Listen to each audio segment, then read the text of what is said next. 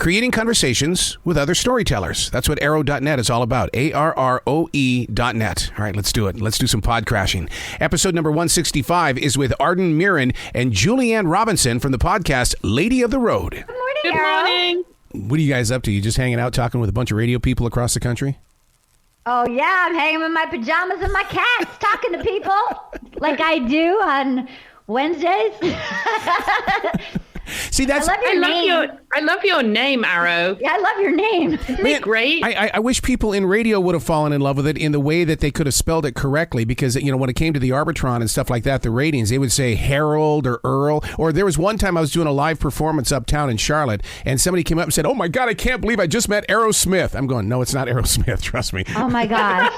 It's so cool. I love that name. So, you know what's really weird is that I was with Frank Zappa's son recently, and he looked at me and he goes, "Is your name really Arrow?" And I said, "It is Arrow." And he goes, "I named my son Arrow, but it wasn't because of radio. It was because it was the name of the bed that I made my son in." And I went, "Oh my God, I like that story better." That's a good one. You should take that one. That's a good one. Putting your podcast together, how do you keep it so in tune with those that are listening? Because you guys can go in any direction, but I feel like that when I'm listening, I'm living your moment. Aw. Well, I feel like I think we bring like a humanity and a conversational quality, and like I think we have a natural curiosity about the people that we're chatting with. And, we have people like Joan Jett and Nicole Byer from Nailed It, Retta from Parks and Rec. Like, it's all these women that we admire. And I think we have a natural curiosity of like, sort of almost like fans, almost like we're the audience of like, how did you get to where you are? Like, do you still have doubts? Like, what was the process of, how did this become, and how do you like stay out of not getting in your own way so that you don't trip up along the way? I think it's relatable because I think we approach it, I feel like we're kind of fans as we talk to people. And we kind of like to talk to people about their backgrounds, where they come from, what their roots have been to get to where they are. And that's often stuff that people don't really tend to go into. Well, you're absolutely right about that, because we idolize them because that's what the magazine covers want us to do. Or there's a different special on TV and something that we found on YouTube, and we go, "Oh my God, that they've got the life." And then when you sit down to have a conversation with them, you realize, wait a second, they're actually shy and introverted. What the hell gives here? Right. Yeah. And I think even just, I get nervous, like, it's like, okay, let's just like start where we're at and just like have a normal conversation with somebody, like just like one thing at a time, get to know them, and not to try to like give us some sensational piece of like, something, but that like I think they can feel the humanity of like I feel like we're all just doing the best that we can. And like, let's be real, the last couple of years for everybody, like life is a journey, and so like, I think most people just want to be happy, and it's been really nice to sort of have the connection and just chat in a heartfelt way with people, but it's also been really fun. Like, we've laughed a lot. It's been interesting. Don't you love those moments? And sometimes, I'm sorry, Arrow. No, and sometimes we get even anxious about interviewing people. Oh. So we have to kind of, we talk beforehand. We say, okay, you're going to say this, and then I'm going to talk about this, and it's going to be okay. Oh, but the first guest was Joan Jett. I mean, me dealing with Joan Jett, the entire inner monologue was just like, "Arden, be cool, be cool." I just, don't be you, be cool. It's Joan Jett, and like, she couldn't have been more down to earth and natural. But I think I was pinching my own hand the whole time, like underneath the table, like just trying to present in a way that wasn't fangirling out. So, yeah, like, when else would I get like 45 minutes to chat with Joan Jett? I'm sure you have that. I'm sure do you get nervous chatting with people every day? And you know what? I explain that to a lot of universities and stuff, and I say, if you are not nervous, then you don't care. Because you're caring for because you want that conversation to grow forward. How do you deal when you, like, if you have somebody that you're like a big fan of, like, how do you how do you manage your own anxiety when you're talking? I think what it is I put myself in the conversation in the way of being a better listener and not somebody who's sitting here staring at his notes. I mean, I just got off I had a conversation with this singer-songwriter named Lobo from the 1970s, and he broke down and admitted to me, he says one of the greatest moments of his life was that he peed next to Perry Como. And I went, oh my God, you just admitted to me that you peed next to somebody famous?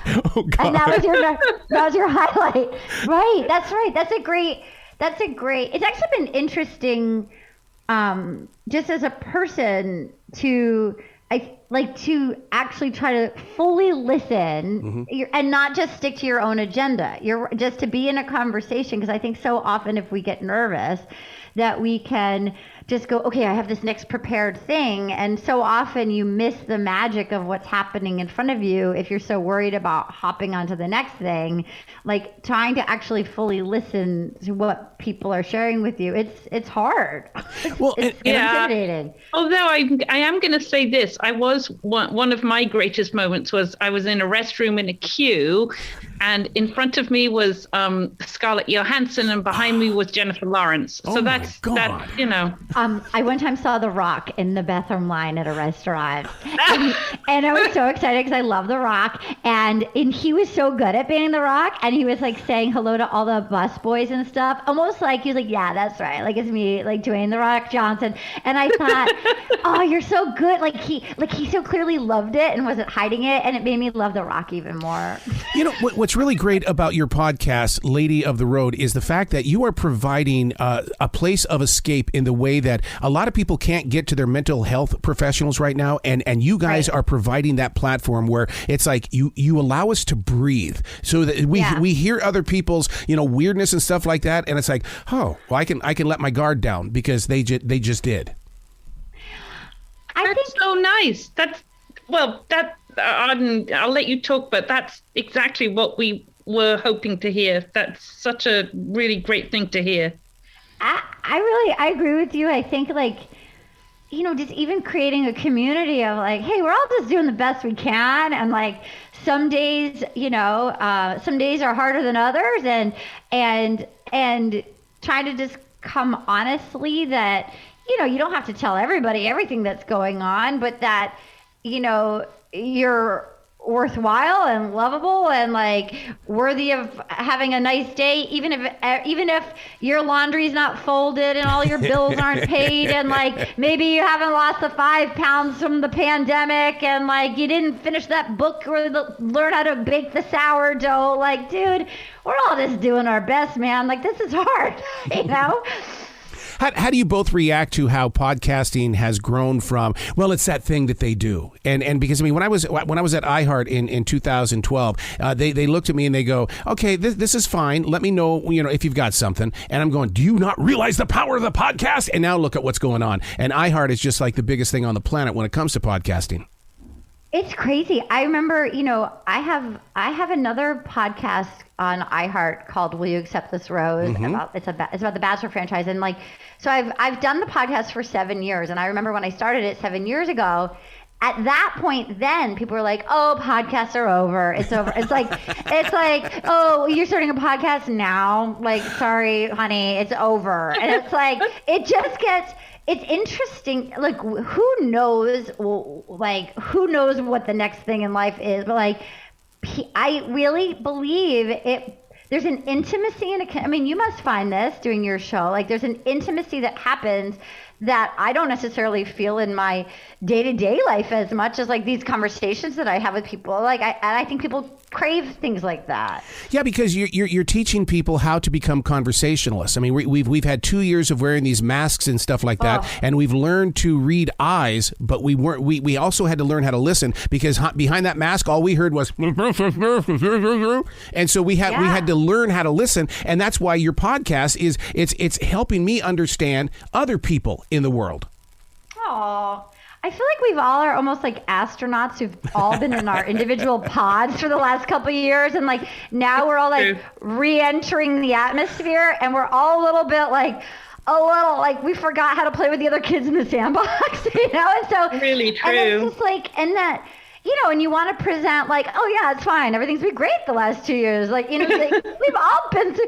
We all ordered some weird things from Amazon and watched some strange things late at night on TV. I bought a bread maker that just was so disappointing. I was really looking forward to it coming, and I was going to have like home baked bread, and then the bread just came out like bricks. Oh, God. I don't know.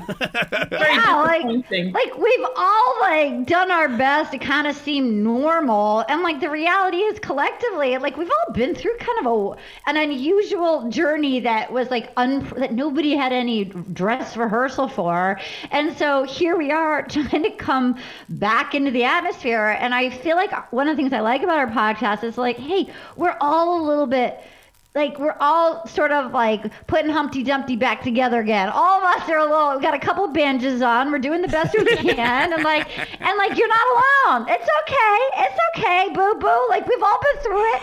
You're just like, you're doing okay. Just, even if you've been in your sweatpants for 2 weeks, like, that's fine. That's fine. If you feel safe in those sweatpants, you keep those sweatpants on. I'm in my sweatpants right now. I'm in my pajamas. I am too. I'm in my pajamas. I really am. I swear to, and my dog is sitting right behind me. I'm fully in my pajamas. By the way, I'm in like my pajamas on the bottom, and then I'm in like, I did like a tennis clinic at like a rec center, so I'm in the like jog bra and shirt that I sweated in. It felt too hard to take off the jog bra. It was like too much effort. So I slept in the jog bra and dirty shirt and the sweatshirt. I stink, and I'm wearing like pajama bottoms and my dirty like rec center clothes on top that I slept in and sweated in, and that's where I am. There's a cat behind me. There's a cat that has thumbs behind me, and there's cat hair everywhere. How you like me to swipe right, America? Swipe right, America? She's available. She's a pandemic divorcee, honey. We're all on our journey. Well, speaking of journeys, how do you guys feel about how fast time is flying? Because I swear to God, before March of 2020, time wasn't moving this fast. No.